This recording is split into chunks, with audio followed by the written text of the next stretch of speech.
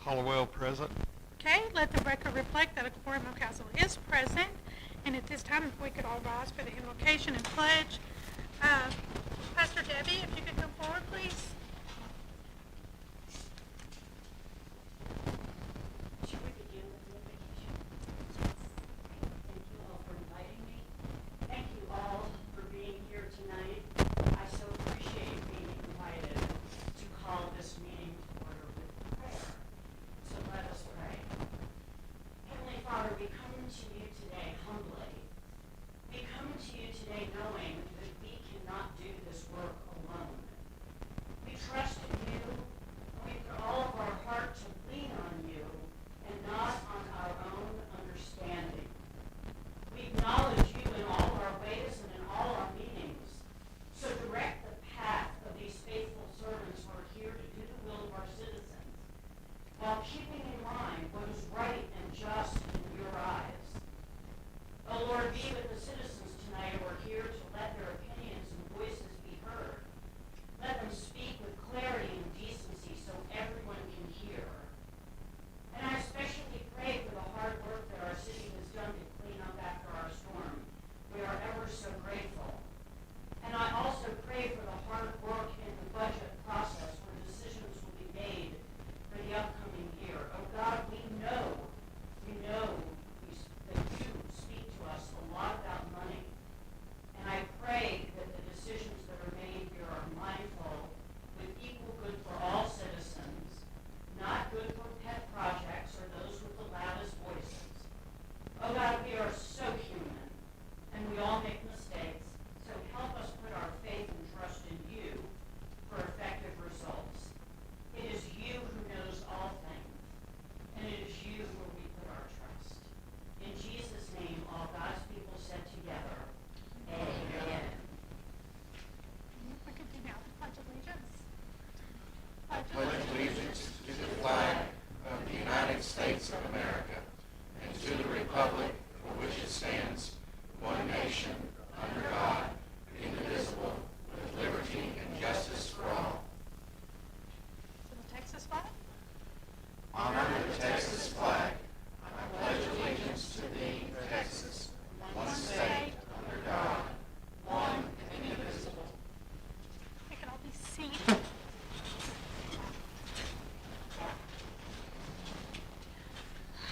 Okay.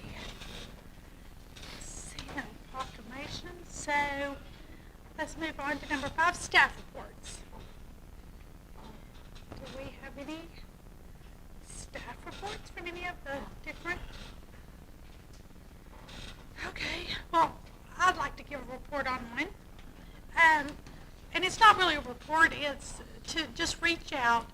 The Public Works Department, since the storm, has been diligent. I mean, they are working themselves to death to try to get the cleanup done.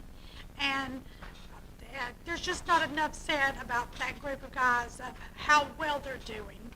So I just wanted to kind of give a shout out to that group of, you know, it's hot outside, and they're out there every day, and they're trying to keep up with their regular duties as well.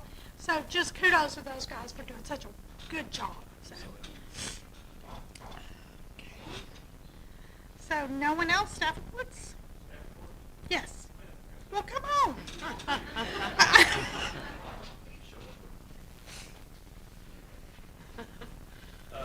Good evening, folks. For those of you who don't know me, I'm Mark Griffin. I'm the fire chief. Mr. King knows who I am, so pleased to meet you, ma'am.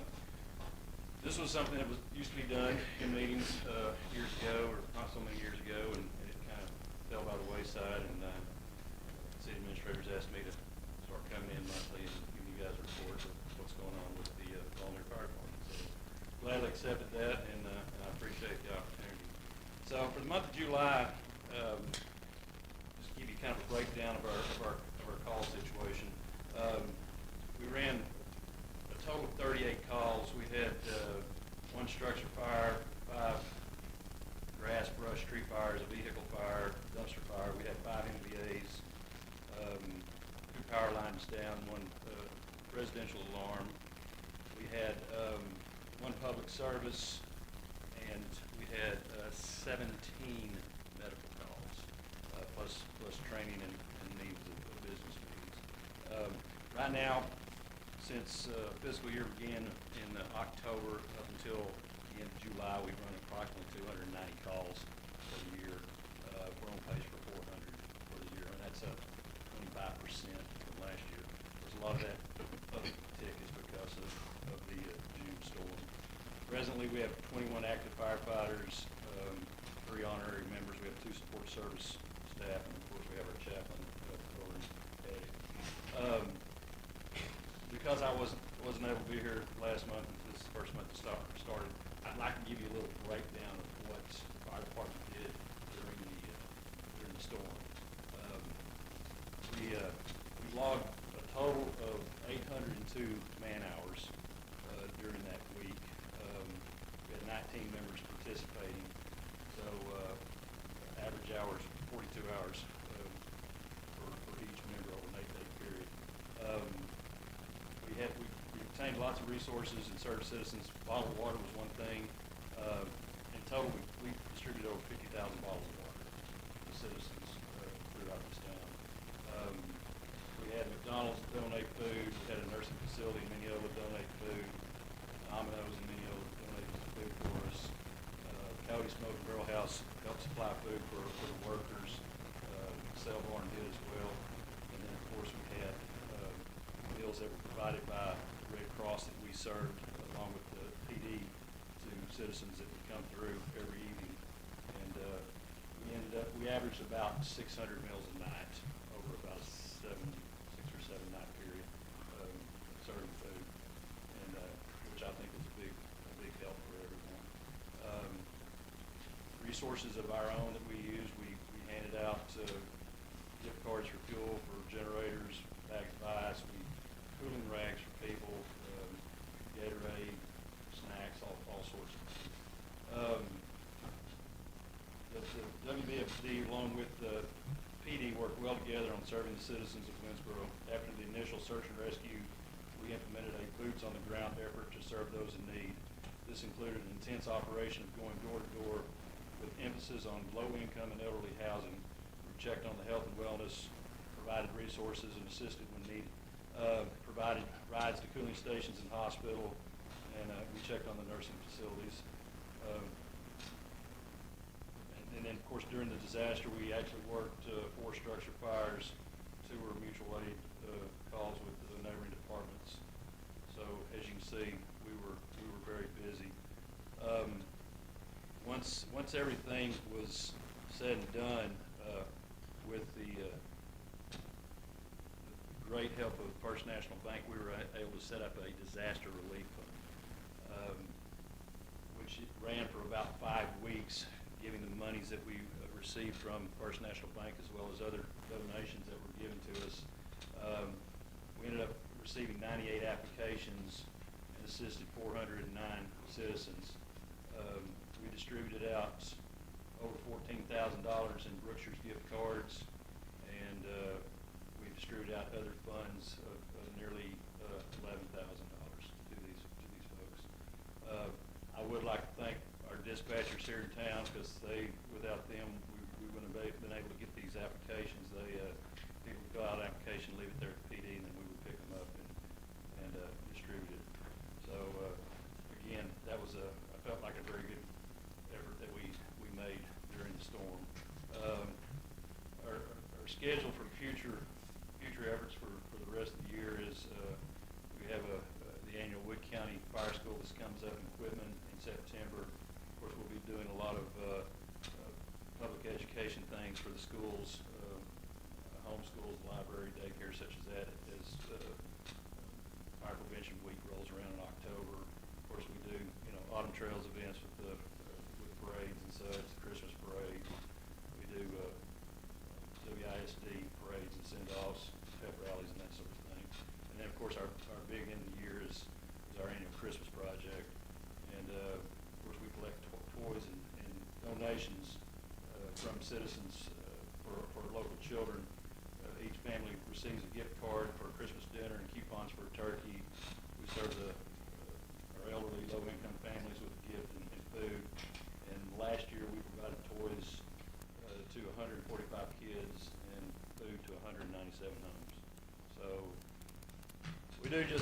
just have red trucks sitting over there next door and rolls out and every now and then. We do a lot for this city and for the citizens, and so, and, you know, it's still amazing to me how many people think that this is a paid department, because it's not. I mean, these are volunteers who give of their time and effort in all of this. So I just want you guys to be aware of all that. So thank you very much.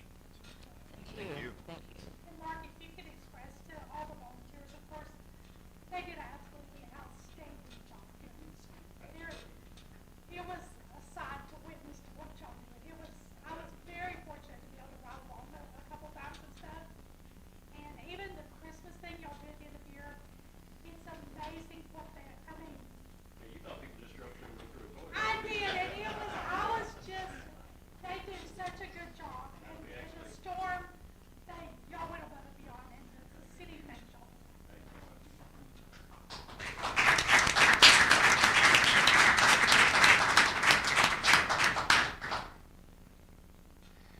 Any other? Brenda Buck asked that I let everybody know that she is with the Mule Wagon team for an event that they're doing downtown. I saw the Facebook post today. Okay.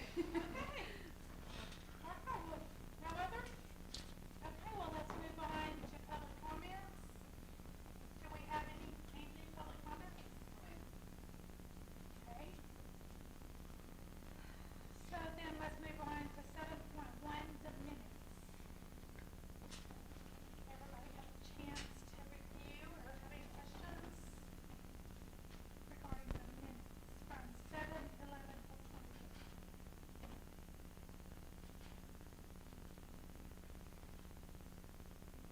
So, entertain a motion. Madam Mayor, I move that we approve the minutes as presented. Second. Okay, I have a first and a second. Any further discussion? All in approval? Aye. Any opposed? Motion carries. Now, let's move on to 8.1, request to be placed on agenda from Hedrick Media regarding billboard replacement. Yes, sir, please. Thank you, Council. Thank you, Mayor. What we basically are trying to do is, during the storm, we lost the top part of our billboard structure. And we know that the town has limited the number of billboards that are in the town.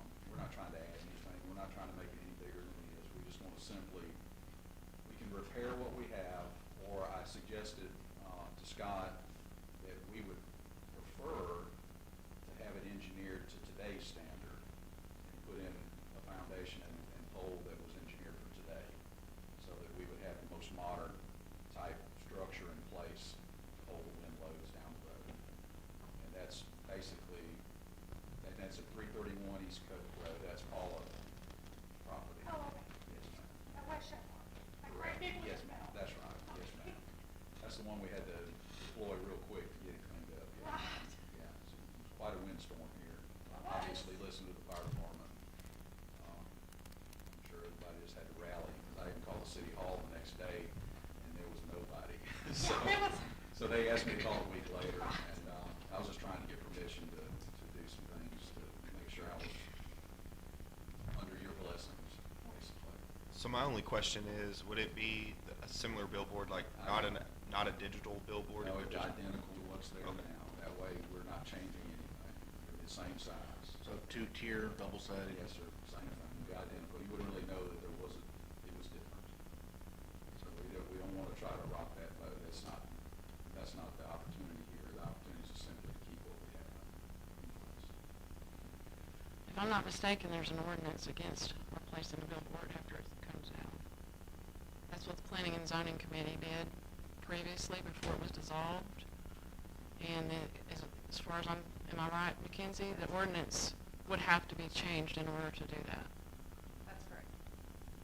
Is it even in storm-related act of For, God? for whatever reason, if it came down, to be put back up, because what the Planning and Zoning Committee was shooting for was not having future billboards in the town. And, right, So, and just limiting yeah. what you had is basically capping what you got, so Right. you're meeting more growth. They're grandfathered in, but to replace one would go against the existing ordinance. How about repairing what we've got then? well, it's not up there, so it's just the pole. which is actually more value than the head. Yeah. The pole and the foundation. So I don't know what because I had talked to Scott about it and I had spoken, I believe it's Holly about it a little bit. And Scott suggested that I come before the council. Sure. To Fine. kind of present it and see what we needed to do. If I need to do a variance or whatever you think would be the way to do this, I'd be glad to do whatever you feel like is the proper way to do it. Because I've got 4 advertisers that are not up right now, yeah. So do we Yes, ma'am. have to have a copy of how the wording states of the ordinance? I'm actually looking it up. That's for signs in downtown district. I mean, the planning and zoning's intent was to phase them out. That's why the ordinance was passed. I think it's about 2 years ago. And of course, I wouldn't know that. Right, information, right. yes, ma'am. Of course I not. know that in areas where we've had it before with the same basic wording, because we're in the southeast, Mississippi, Louisiana, Alabama, Texas. Typically, the city will let you rebuild what you have, but they won't let you obviously add or change any of it. Right. As far as the sizes go, they're real particular about that. But typically, and that's the reason why I've come to ask is because I've been received very well with other areas that I go to. And we do some things that are a little unusual in the outdoor advertising business. We're a Christian company. We don't advertise alcohol, tobacco, entertainment, gaming, everything. That would be against the ordinance too if you did. Right. Which is good, and I'm starting to really get a feel for the city, just from the Right. months I've been here. So it's Yeah. very much like our town. I can understand your Yes, position, ma'am. but for me personally, I don't want to go against what the planning and zoning's intent was, which was to phase out all billboards over time, because just it's not aesthetically pleasing to have a billboard in town. That's my personal opinion. Right. So, Of course, mine would be, it's my business. right, I know, And I that's the way understand. we make our livelihood, pay our people, and pay the taxes in this town, because we do pay taxes. It's a good point. Yeah, and my landowner, Paul West, is not gonna be real happy. Yeah. So she's. Well, that was just my opinion. That's No, not the. No, I completely understand, absolutely. And I respect that. Thank you. Absolutely. So council, there is a provision in ordinance that says that if 80% or less of a non-conforming structure is destroyed by an act of God, they are allowed to rebuild it. There are provisions set forth within the ordinance to determine what that 80% would look like. So there is a provision for that. Now, whether or not you all deem that it's 80% or less, or you're going to require him to get some sort of appraisal on the sign is certainly your discretion. Currently, the ordinance says no, and you can't. A variance is a slight deviation from the ordinance. So when an ordinance says no, you can't slightly vary a no to a yes. So this particular one wouldn't be eligible for a variance, but I have seen other council, what they do is they change the ordinance to allow things like this that they want to govern more strictly, to allow it by way of a specific use permit, which gives you control over every single time one is presented to come into your city, and then it's renewable every year. So if at any point within the 12 months, you don't like something that's been permitted as a specific use, it gives you the opportunity to make that go away. But I do believe that this would require an ordinance revision. That was my question. We have to check before we can do anything. Basically amend what you have, the language in there to be able to Yes, make sir. it work. And I Yes, sir. understand that, absolutely. And if we need to. But if we currently have the provision there to allow replacement if 80% of the sign is destroyed by an act of God, then if you can determine that the whole top section is 80%, Right. if I understood you right, if it's deemed 80% of it was destroyed by an act of God, It's not eligible to come back as a non-conforming use, so it has to be destroyed less than. less than 80%. Yeah, less than, That's yes. what I- Okay. less than 80%. I misheard. Yeah. Yeah. I think if just consider some language about storm, that type thing, and do a conditional use permit, which is what I understand, and we've got some from Oklahoma City to Florida, and that makes a lot of sense to me, and it would not be going against the language within the ordinance, so, I've got nothing but time right now in regards to this, obviously, we've not been. So is the base still there? Yes, ma'am, it is. Sure is.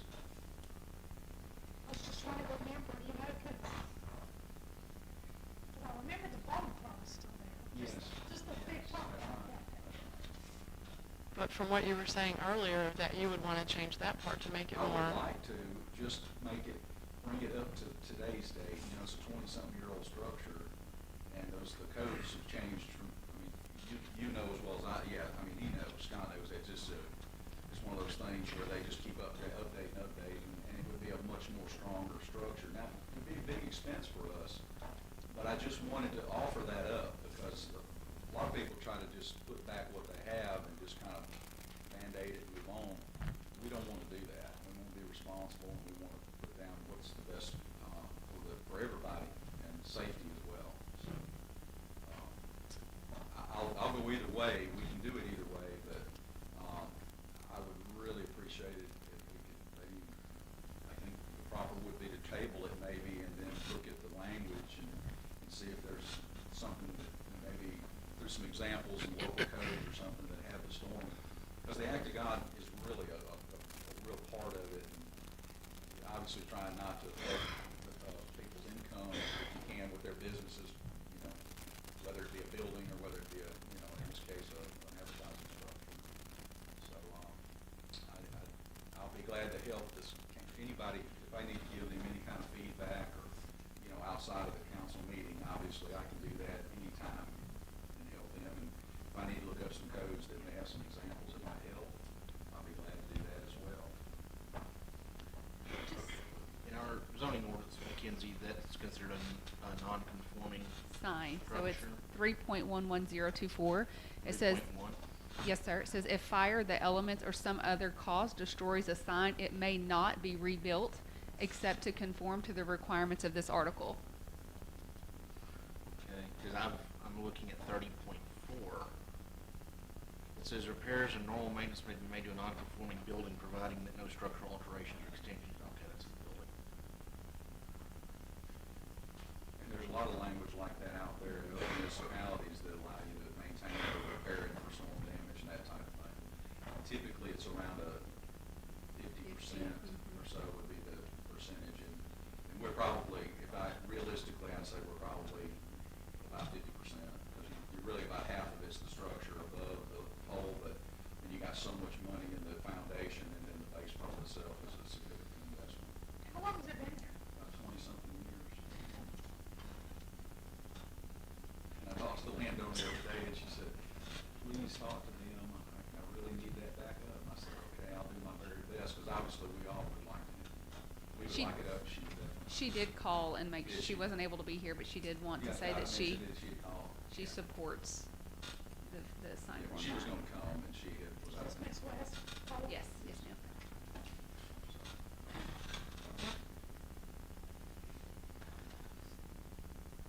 So at this time, would the best thing to be to do is to table this and have further discussion? You want to postpone it to the next Postpone it. meeting, and then we can present you know, if you guys want to make a recommendation on ordinance amendment, then we can present that at the next meeting. That'd be fine with me. Okay. Yeah, I'm good with that. All right. Before you leave, Appreciate y'all. Yes, ma'am. Angie, do you need him to state his name and address for the record? I will be glad to. That's Terrell Wood with Hedrick Outdoor Media. Okay. Thank you, sir. Thank you so much for your time. Y'all have a great evening. Thank you. Thanks. So that one's going to, we'll revisit it the next. Can we get a motion to postpone till the next meeting? I move to table the request to replace the billboard for Hendrix Media to the next meeting. Second. We need to say postpone. Postponed, I'm sorry. Second stands. Okay. I Thank have y'all a once again. first and a second. Any other discussion? Okay. All in favor? Aye. Any opposed? Okay, we'll move to close. Thank you. Okay, so 8.2, consider resolution number 2023-20, selecting a financial institution.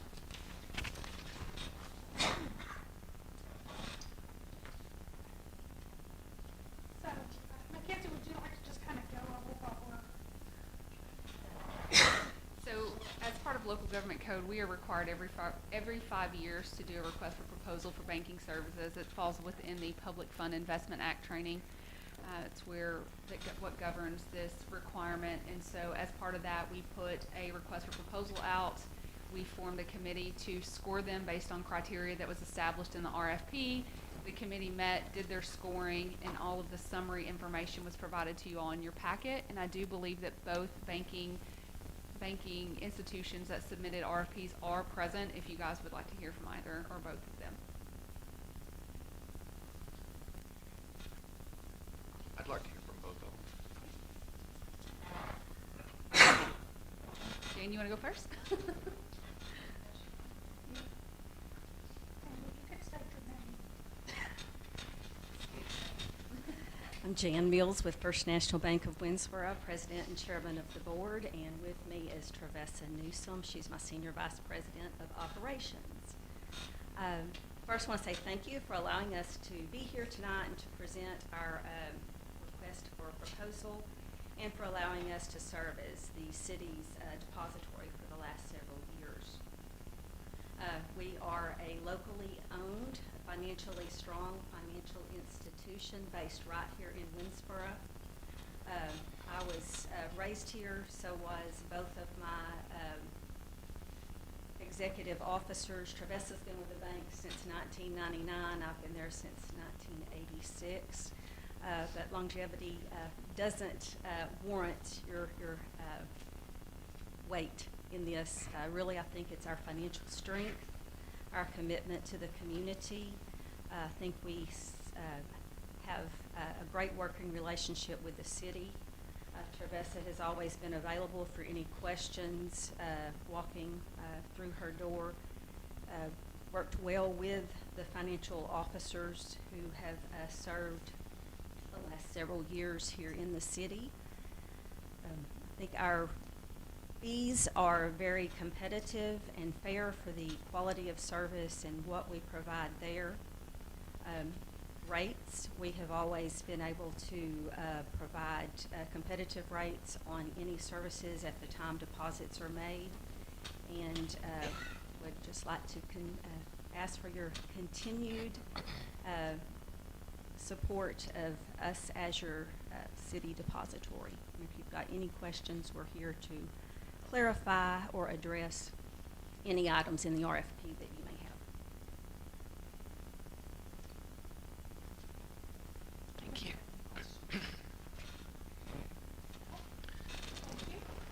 Madam Mayor, at this time, with First National Bank, I'm going to have to recuse myself from this as I own shares of First National Bank of Winnsboro. Mayor, may I make a statement very quickly? And I intended to do this before this discussion started, and I apologize that I didn't. I did ask in anticipation that someone would either bank here or own shares with one of the financial institutions that you're considering tonight. I did get a legal opinion on the city attorney. He said that that does not disqualify you, although everyone has the right to abstain if they choose to do so. But unless you or your spouse works for the bank, you are not. It is not a true legal conflict. So, now we have community vote.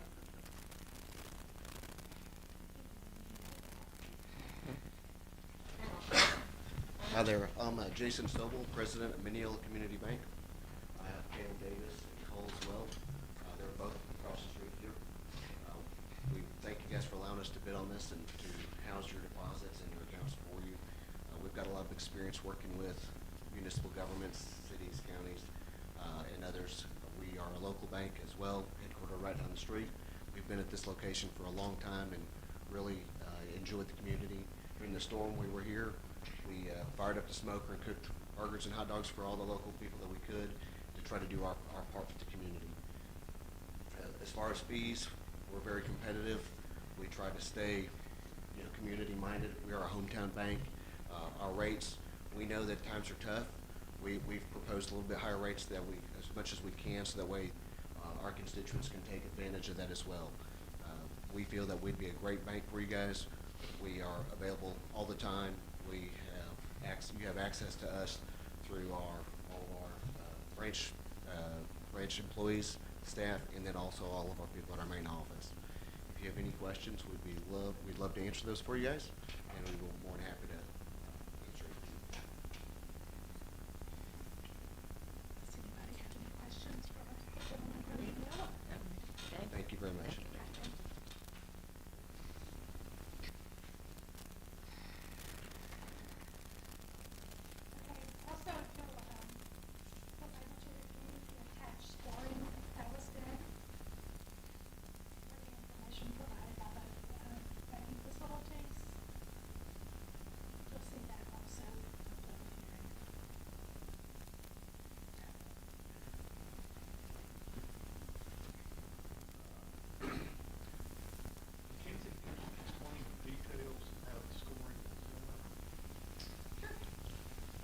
There was a maximum of 40 points allowed for banking services offered.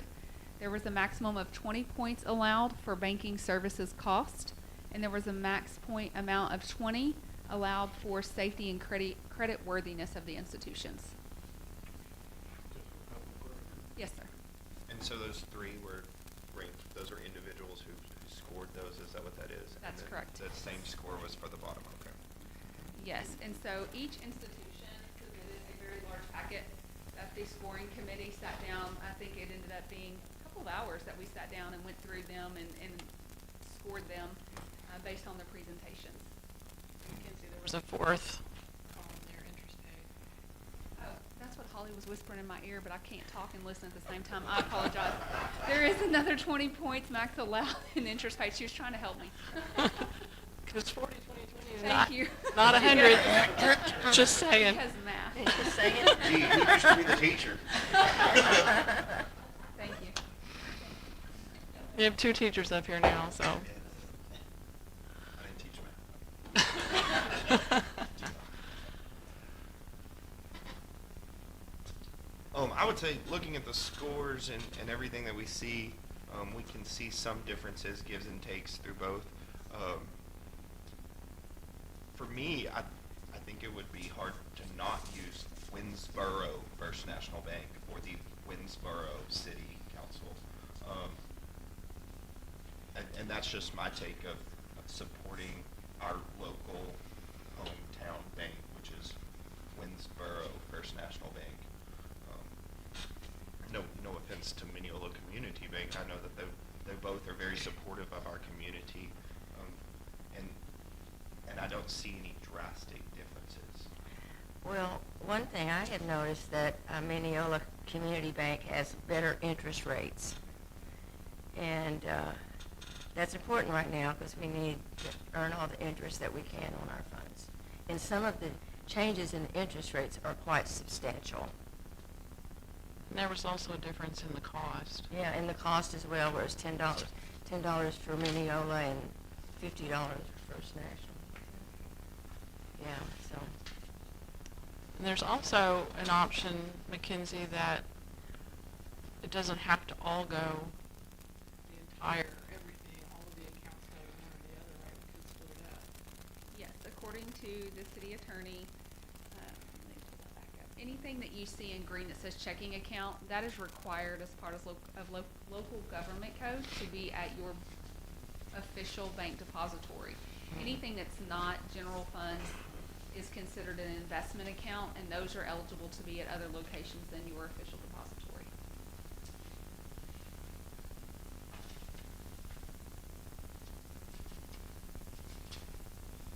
So the general fund at First National, the interest rate's 0.2. At Mineola, it's 2.25. That's what and then also with the, what is it? The bond funds, it's the same difference. That's a huge difference. That's over 2 points. I'll make one clarification there. The bond funds are money market accounts. Yeah. And our highest tier on that money market account is a 2% APY, 1.98 yields. I think closes the gap a little bit, but you are correct. I think there's maybe still just a tiny bit higher there. Also, those are our consumer posted rates, and our municipal rates are negotiable.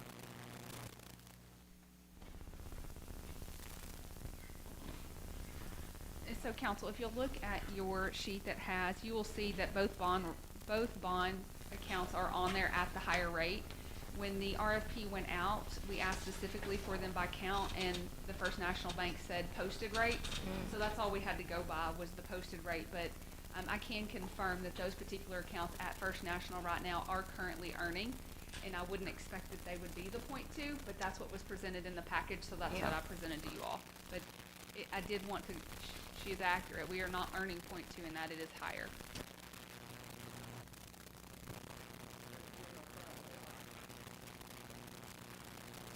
Yes.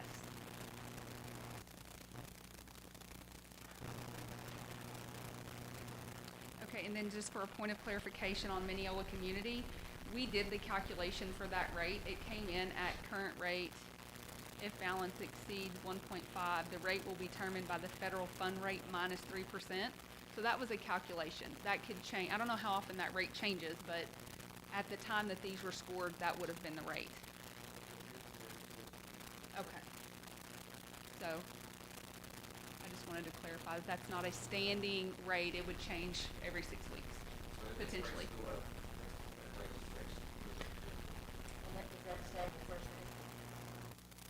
Jane, can you speak to that?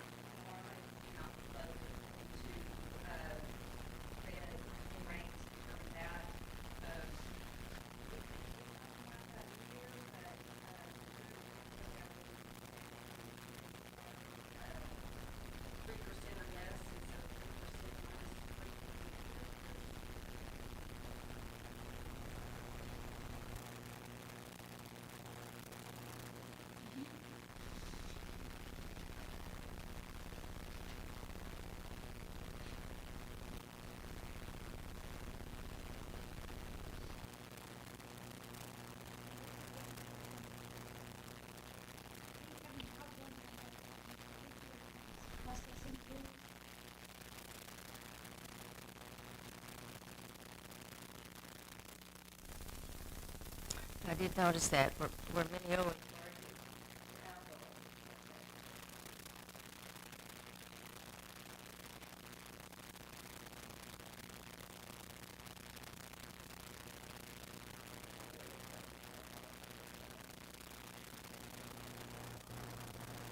We send on average 10 wires a year for our debt service payment.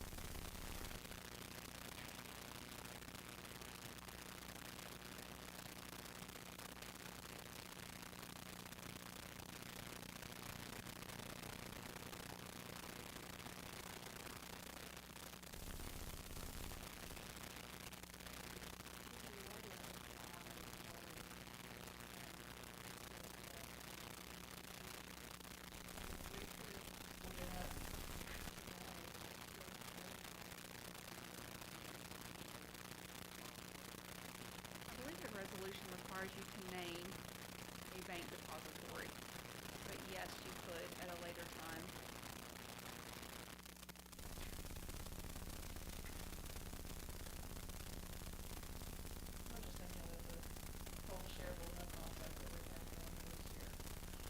Yeah. You know, you could split it up and have some of the funds at one and some at the other. That way we're supporting both institutions. Well, the CDs are.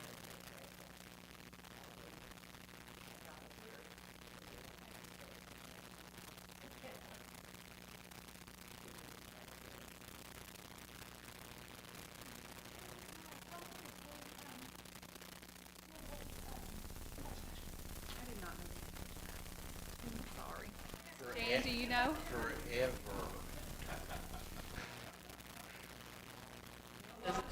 Interested to know. Chief Chester says that we were with them in 2008. You can go back that far at least.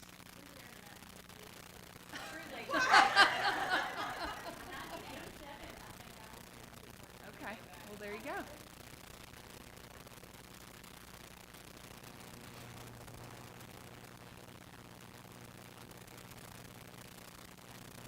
I think it even goes further back than that. Because at one point, the only thing that was in the town was First National and Kane Banking Company. Well, First National, since you said the rates are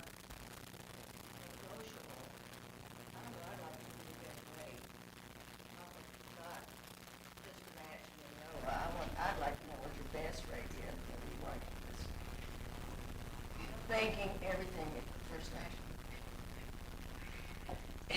That put you on the spot, didn't it? I'm sorry.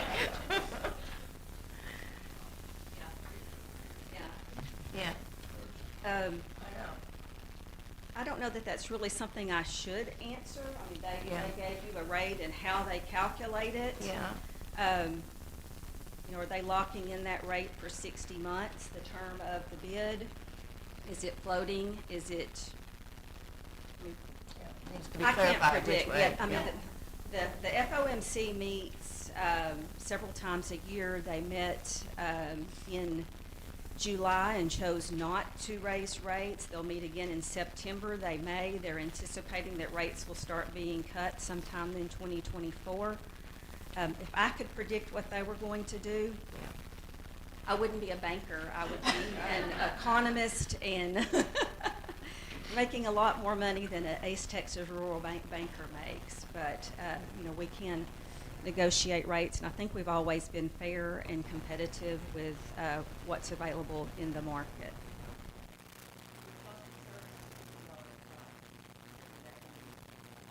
That is for our ACH origination. We have a 0 service charge on that, but there are a lot of ACH items. That's why I brought Trevessa along. Ask me a bank question, a lending question, an investment question. She is my operations expert. So I guess we have no monthly service charge, but there are usage fees for the amount of the ACH, and that's based on the corporate level, based on the volume that the city uses and originates of incoming and outgoing items and other things that are associated with the cash management side of the account.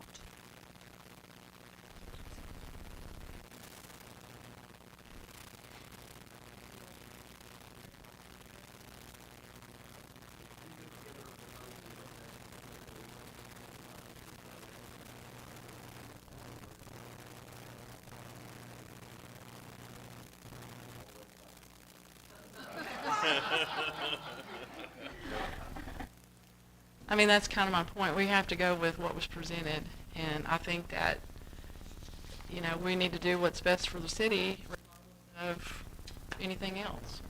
But you also have to take in consideration such. First National has been there for years and years. I mean, there's something about having a presence and knowing, I mean, they proved their success rate. I mean, we've never had a problem. We've never had any kind of issue. I mean, Financially, if you can earn more money on the money you have at the bank, the city's better off financially. Right. That's my point. interest rates go up and down. Yeah. And Mackenzie, is there any way to figure out, you know, like exactly difference in the rates, how much that would be in a budget this large, or with the funds that we hold? Not during the course of this. I know. Yeah. Yeah. I mean, but there, I mean, it can make a substantial difference with the amount of money that we hold in the banks, right? That could also change every 6 weeks. Right. Well, and that goes back to, are these rates that are submitted by Mineola Community Bank fixed?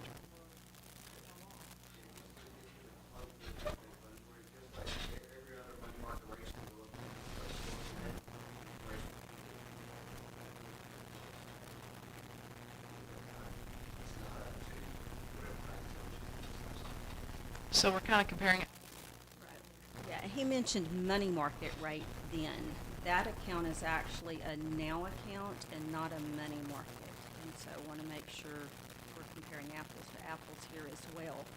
Our now account posted rate is competitive with their posted now rate, publicly posted.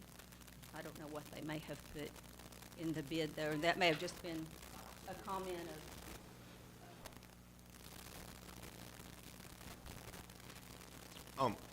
I do agree with Andrea. I think there is some validity to having been our banker for probably since the beginning, and knowing and having that trust in our community member who lives here in this community as well and supports this community and has supported this council year in and year out. And I do understand, yes, making that money, but we could also be ruining a relationship, whereas next year we don't get the option to use the Better Bank that's not going to fluctuate.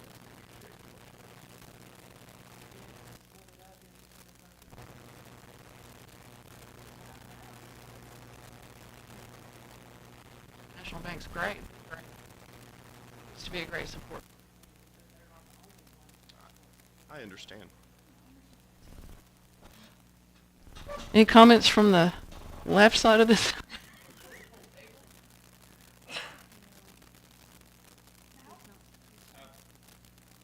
kind of favor the deal of splitting it up.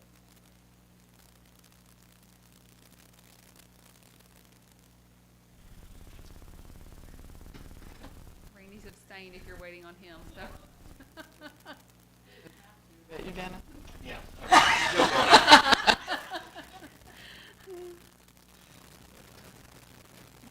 So if we do split this, can we go over how that would need to be split?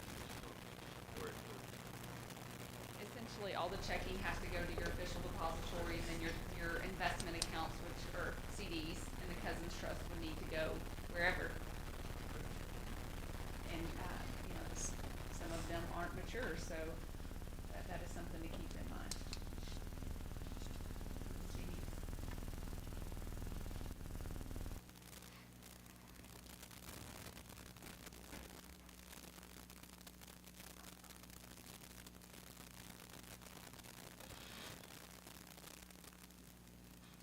so when you say splitting, are you talking splitting, keeping the general fund at First National Bank, or looking at moving the CDs, or vice versa? That's what I'm saying. Which ones are we wanting to put in which bank?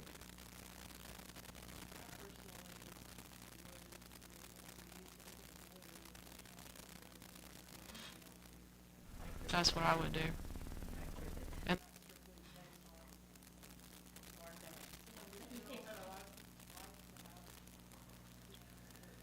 spread them. I agree. I agree. Yeah, I think I would do that.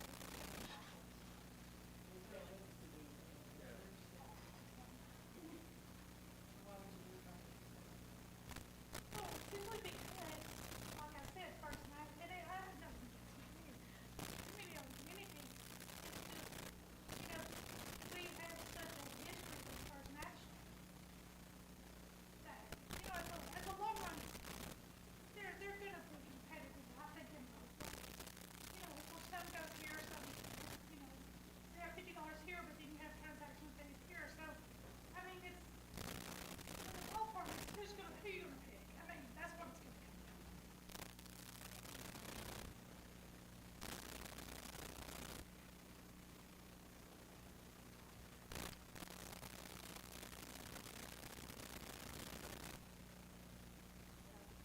Yes, I'll entertain a motion. I don't know. I'm just trying to get a full understanding as well of what, if we were to split, what would, and I get the CDs have to stay with First National Bank, which would be moving all of our general fund to Mineola Community if we chose to split and go that route.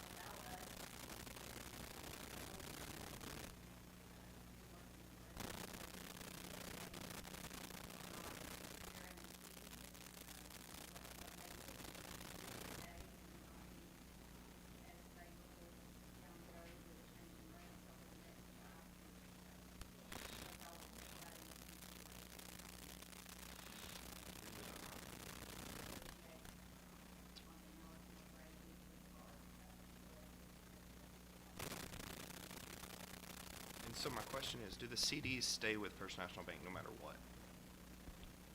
I mean, that would depend on their maturity. As they mature, if you all instruct us to do that, we could move them out at that time. Okay. But right now, since they're not mature, they stay with First Yes. National no matter what? That's correct. So we're just deciding on the general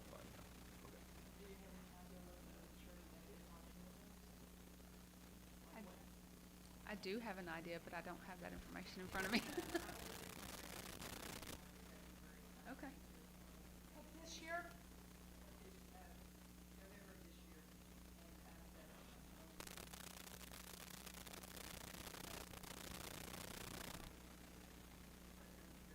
Kind of staggered. So they will mature soon, though, within the year.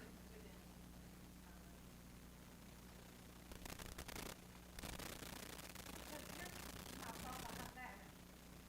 Is if you're going by interest rate, would you not want to move to 2 weeks?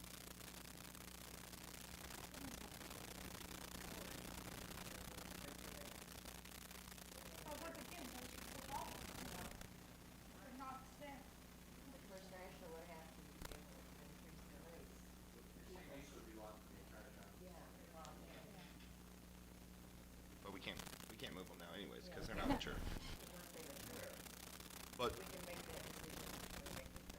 but with that other, with our general fund account, that we, utilizing Mineola Community Bank, that interest rate's going to fluctuate, whereas if, I'm trying to make sure I understand this correctly, whereas if we use First National Bank, that interest rate is there for the next 60 months, correct? It could go up, it could go down, and you could, right now, Okay. since it's not tied to the index Okay. like theirs is. It changes every 6 weeks. Theirs is such that theirs is tied to Fed funds, and, if Fed funds goes down to, in the last several years, it's been as low as, a quarter of a percent. A quarter of a percent minus the rate.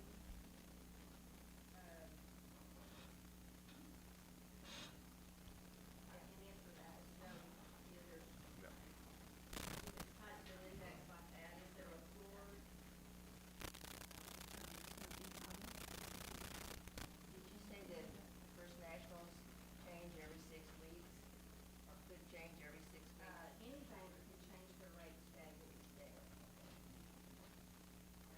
That's part of banking, any Yeah. bank can change their rates daily. If someone's locked in a CD though, based on the term, unless you have, both the Mineola Community and us offer, some bump up CDs where if rates go up during the term of the CD, you can call and take advantage of our rates. I believe they have that same product as well, depending on what term you choose. Okay, so, You like any public comment on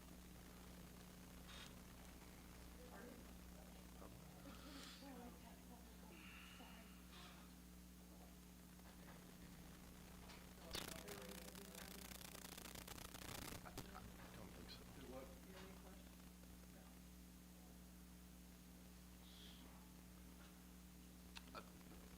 I'm just very uncomfortable moving our funds from a bank that we've used from the get-go, knowing we've built that strong relationship, knowing that they're there supporting us and have been supporting us year in and year out, whereas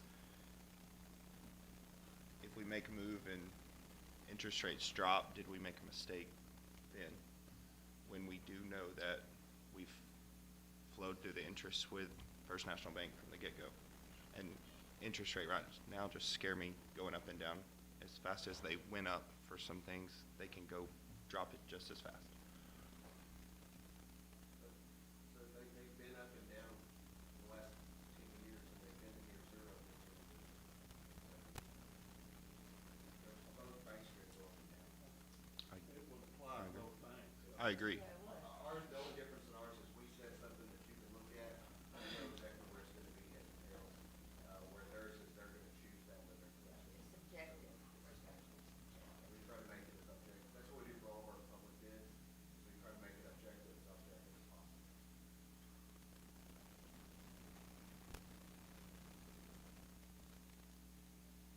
And all of our, I know you mentioned Winnsboro, all of our employees live in Winnsboro, we have several there, and we've been around since 1934 as well.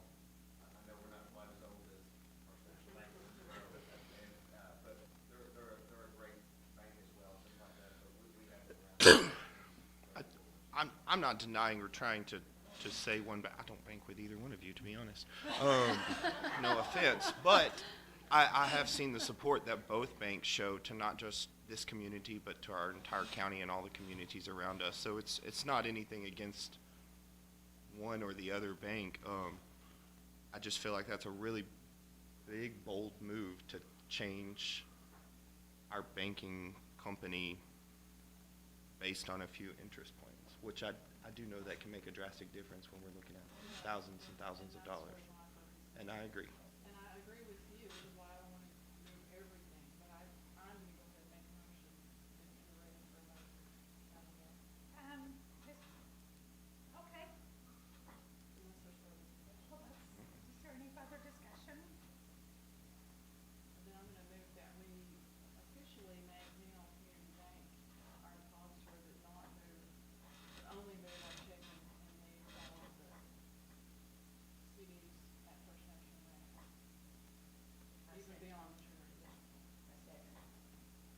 Okay, I have a first and a second to make Mineola Community Bank the, I guess, holder depository for the city of Winnsboro. Is there any further discussion? Okay, all in approval? Aye. Any opposed? No. Okay, so we have 3 in approval and 1 opposed. Motion carries to change. One abstain. 1 abstain. Okay. And thank you both for your support. Okay, 8.3, consider a renewal of service contract with East Texas Council of Government for 911 addressing and mapping services.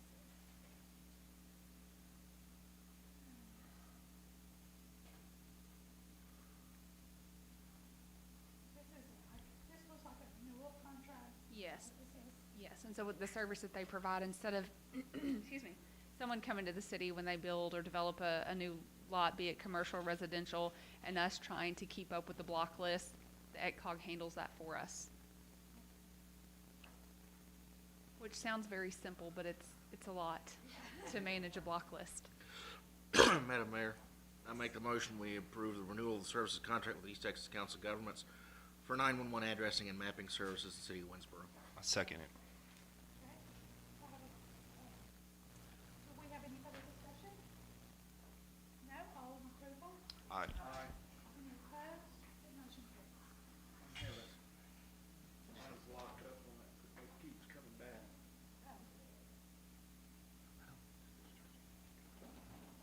It just did like when we. Yeah, there you go. Are we good? So let's move on to 8.4, consider approval of farmer's market dinner map. It says it's charging. Hello. I am Andy Miller, and I'm with the Winnsboro Farmers Market. The Farmers Market would like to kind of extend the season, I guess, into the winter. And in place of the online Farmers Market that we've offered previously, we would like to do a live market once a month for the months of November through March. So we've looked at the second Saturdays being a pretty good Saturday. It doesn't run into any big holidays, and that was the best one that looked really great for us. So we would look at doing that November through March, the second Saturday from 9 a.m. to noon. So it would be a slightly shorter market, being that 8 a.m. it's still dark in the winter. And it is pretty chilly, so. And so that is why I'm here, talk to y'all about that. Okay, I'm sorry, did I miss the times? What were the times? The 9 a.m. to noon on Saturdays, the second Saturday.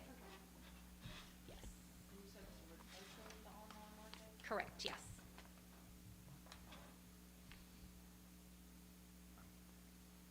I think it's a great idea.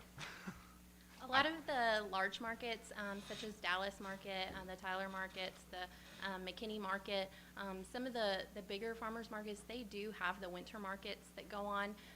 Having the farmers market every single week the farmers don't really get an opportunity to get that seasonal rest that comes with the winter. And so I know several of us have kind of looked at that, and the online market isn't as vivacious as we have hoped that it would be. However, we do think that having a live market will pull those people back into town on Saturday mornings and have the option. That's for those people that want to participate in the market, but not every single week over the winter. And so we wanted to give it a try, give it good gung-ho. I think it's great. I'd rather walk through the farmer's market in November than in July and August. Yeah. But So I move to approve the farmer's market open for a winter market. And I'll second it. Is there any further discussion? Okay, all in favor? Aye. Aye. Any opposed? Sweet. We'll see you in November. thank you very much. No. Okay, let's move on to 8. Excuse me, general discussion on Texas General Land offers resilient communities program funding opportunity.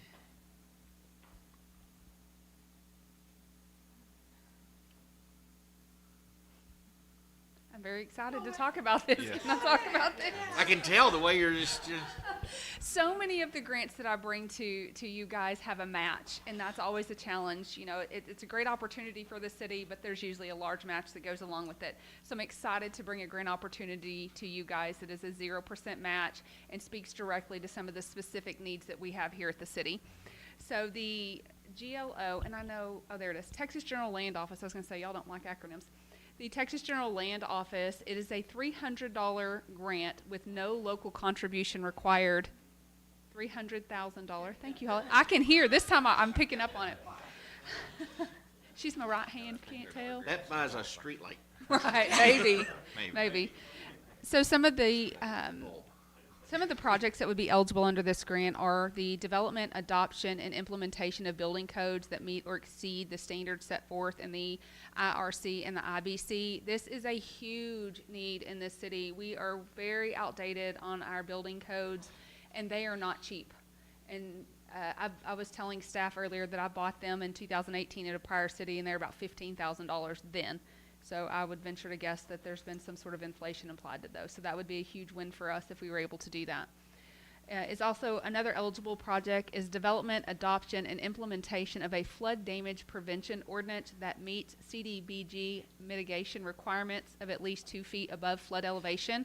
I did not confirm, but Councilmember Parrish, you may know the answer to this. I'm not sure if the city participates in NFIP, but I can tell you that there's little to no enforcement on the permitting side if we do. So that would be another opportunity to make sure that we're compliant with NFIP standards, which would also, if the city participates in that, it affords a discount on the citizens' insurance rates. It's not a whole lot, but it's just something saying, hey, we're trying, and so every little bit helps. Third project is development, adoption, and implementation of a zoning ordinance based upon a land use or a plan or comprehensive plan. This is another huge thing. As you saw tonight in our ordinances with the non-conforming use of a sign, there's not a lot of teeth in it. There's not a lot of guidance or direction, and that's just one example of our ordinances needing to be looked at and overhauled and really made a better fit for where council sees the city going in the future. That package is around $20,000 if we were to pay for that on our own.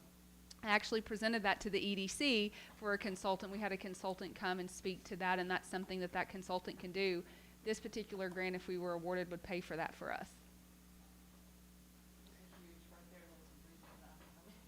I mean, there's several more, but those are the top ones that would be applicable to us. And again, it's $300,000, and there's no match, and it's first come, first serve. So can I have a motion? I'm just kidding.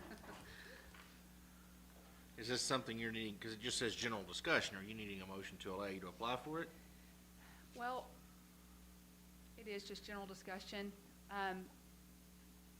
No, I don't need a motion. I'm talking with the grant administrator, and he's holding off to hear from me. I kind of wanted to see what your temperature was on this. I assumed that everyone would be okay with it, but as soon as he hears from me tomorrow, he's going to run that RFP ad so that we can get in line for funding.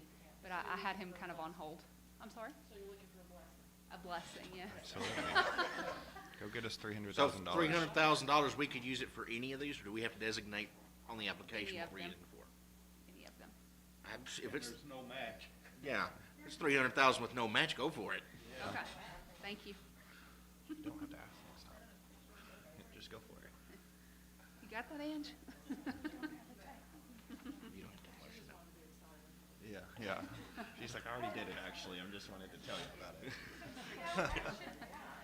I agree. I read it today. I was like, just do it. Like, go for it. Yeah. Okay, so And let's you move don't on to have to match eight. it. That's awesome. Consider and take record vote on proposed 2023-2024 fiscal year budget. I first just want to say this publicly, that this is just a proposed budget. This is simply what triggers our 30-day wait period before you guys can hold hearings or have really taken any action towards adopting a budget. So if there's anything that you don't see, public, if you're here in attendance and you didn't get a copy of the budget that was online, there are hard copies over here. Please take them. If you have questions, let me know. I'm happy to answer any questions you have about it. If you catch something that I inverted a number, clearly I do that. Just let me know. I'm happy to do that. Council, I've met with each of you and had an opportunity to go line by line or answer any questions that you have. So that's kind of where we're at. If there's any other questions you guys would like for me to discuss, I'm happy to do it. Seeing everything like this, I know some departments have lowered their budget, which is a great help during this process. But then, of course, we see some departments have had to increase their budget because of inflation of costs or things like that. Yes, sir. This is not an easy process to go through. This is not an easy decision to make. And it's not easy for you to compile everything, or you don't have a magic crystal ball you can look at and say this is how much we need or how much we're going to receive.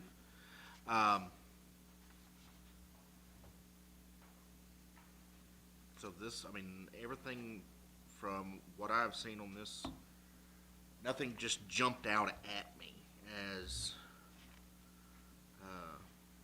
The only thing I've gone through this line item by line item, of course. The only thing that, I don't think it could be helped, but it was a significant increase, was the insurance. that's going up everywhere.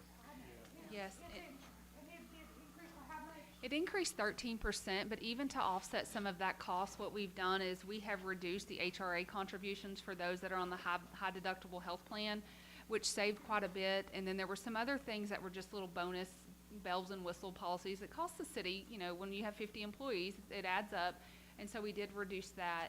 And I just have to say to that, my staff has been so gracious in this process. They've showed up at my office and said, hey, how much more money? Is there anything else I can give? What do you need me to do? And so I just want to publicly thank all of my department heads for being so patient.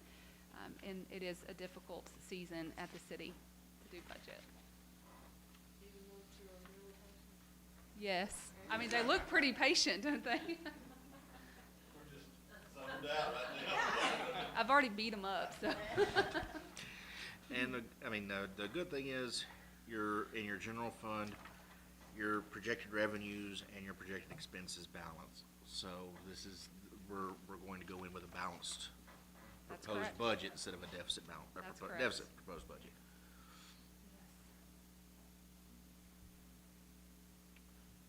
Obviously, I didn't, like I said, went through line by line, submitted all my questions, and Mackenzie was first, she come back with answers on every one of them, didn't. That one miscellaneous though. Yes, I'm going to take care of that one miscellaneous. I missed one last year. You and that miscellaneous I don't line. have miscellaneous, we don't have miscellaneous, okay? What's this budget on here for paper clips? As long as it's not miscellaneous, we're good. Do we need a motion for the proposal? Madam Mayor, I make a motion the council approve the proposed 2023-2024 fiscal year budget as presented. Rock, paper, scissors. Do we have to have a call vote on this? Yes. Okay, so. Brenda. Okay, because this has to do with the budget, we have to have a call vote, so we will go by one individual. King, 4. Parrish, aye. Hollowell, aye.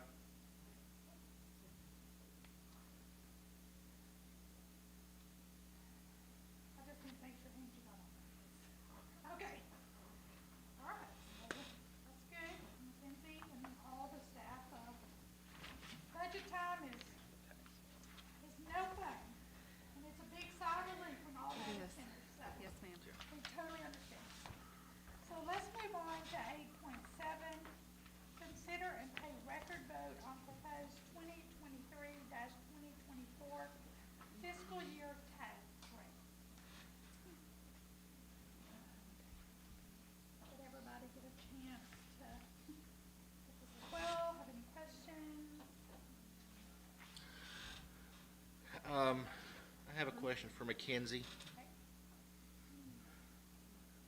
Yes, sir. Looking at the truth and taxation statement that we received from Ms. Taylor, it does set it depicts our no new revenue rate at 5.5565 per hundred, and our rollback or voter approval rate at 0.5641. But I don't know if it's not in my attachments here. What rate are you looking at or going to propose to us for our actual set rate? The actual set rate that's being proposed to you is the voter approval rate of 0.5641. Okay. Those are the numbers that the budget is based on. And what is our current rate? 0.6481. There are a couple of reasons. I don't know if you want me to go into that. There's a couple of reasons that drove that down.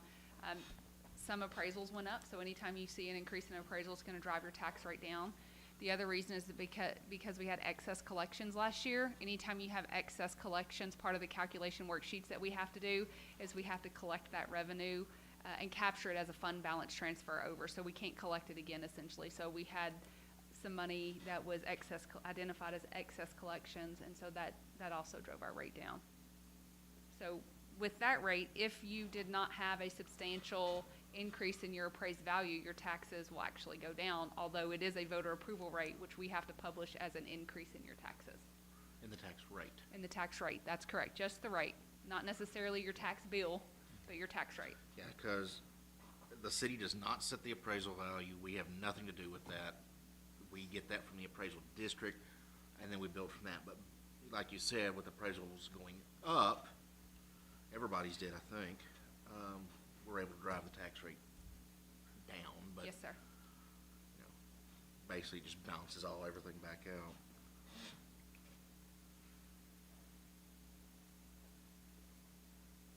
Madam Mayor, I make a motion to accept the proposed 2023-2024 fiscal year tax rate of 0.5641. Second. Okay. I have a first and a second. Is there any other additional discussion? Okay, once again, this also has to be a call vote, so we'll start with Pepper. King, 4.